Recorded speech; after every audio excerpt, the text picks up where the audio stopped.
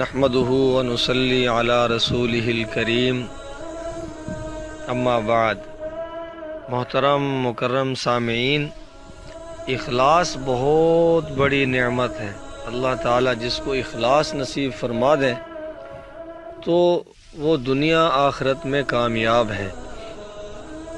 اخلاص ہی کے متعلق ایک عجیب واقعہ ہے۔ حضرت عبداللہ بن مبارک رحمۃ اللہ علیہ بڑے مشہور محدث تھے۔ شام کے شہر طرطوس میں ان کا آنا جانا لگا رہتا تھا۔ عموماً رکہ نامی جگہ پر قیام ہوتا تھا۔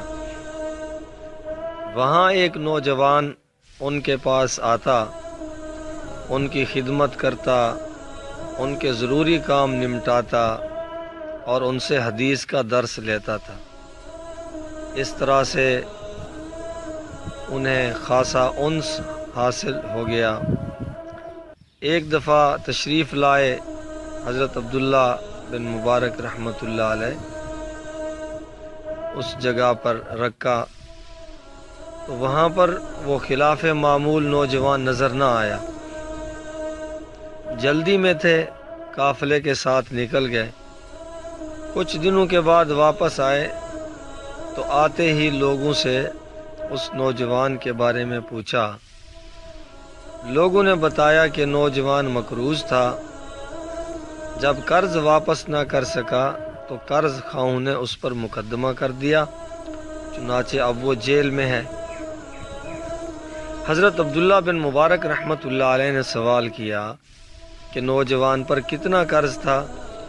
بتایا گیا کہ 10,000 درہم تھا۔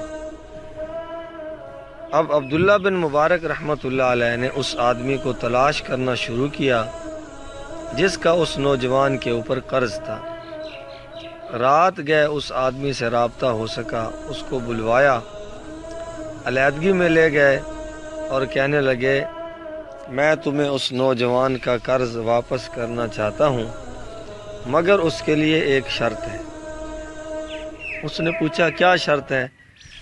کہا، جب تک میں زندہ ہوں اس نوجوان کو پتہ نہیں چلنا چاہیے کہ اس کا قرض کس نے واپس کیا ہے۔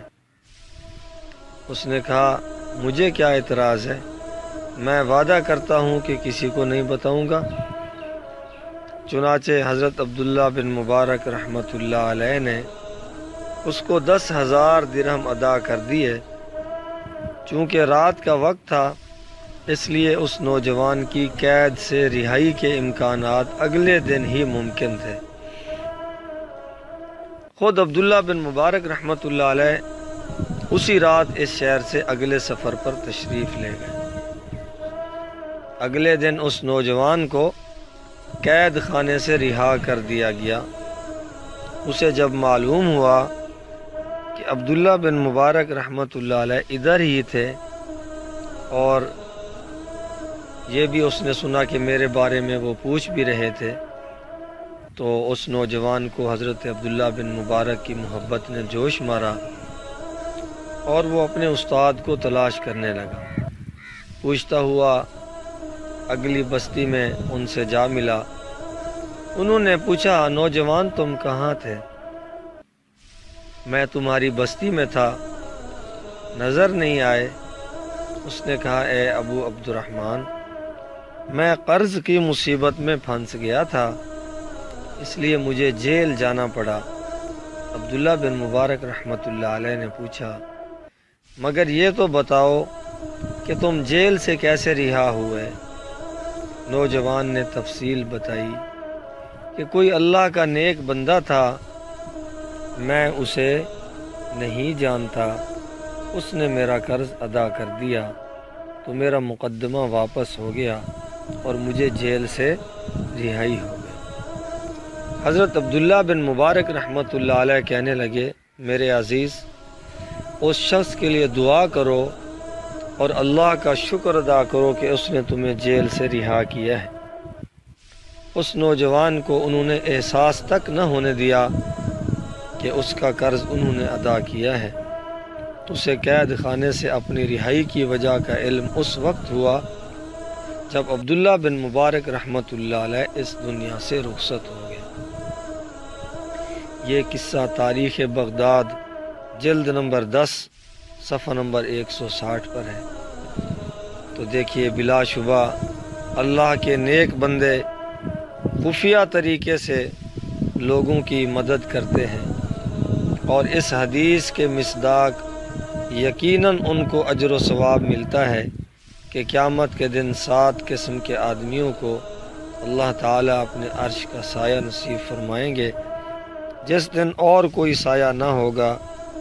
ان میں ایک خوش قسمت آدمی وہ بھی ہوگا جس نے صدقہ کیا تو اس کو چھپا کر دیا، حتیٰ کہ اس کے بائیں ہاتھ کو بھی پتہ نہ چلا کہ اس نے دائیں ہاتھ سے کیا خرچ کیا ہے۔